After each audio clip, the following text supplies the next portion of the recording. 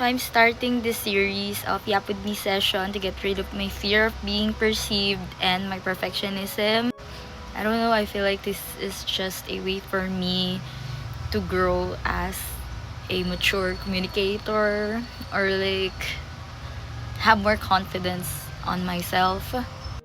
Di ako nag-ayos, I didn't put any makeup, I just wanna be bare. I just wanna be bare for this.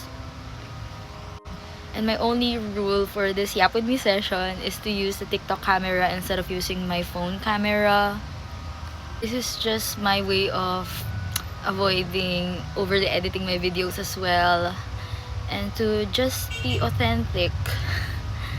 Honestly, this is such an impulsive decision. Hindi ko alam kung bakit naisip ko na lang magganto. Pero I just figured that I just really wanna grow as an introvert myself.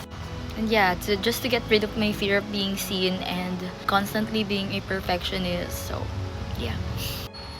I guess this is also just a way for me to improve my language as well, and my anxiety when talking to other people. And pansin ko rin that I have this habit of looking to the side sometimes when I'm filming in front of the camera. So I also want to improve on that.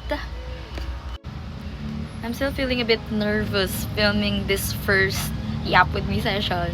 In my next yaps, I'll talk about the things that I have learned over the past 5 years.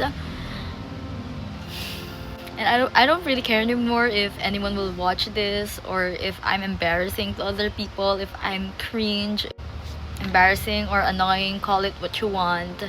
This is just something that I'm gonna do for myself. I also sometimes feel the pressure of being overly energetic and funny in my videos, which is something that I'm not really used to as an introvert.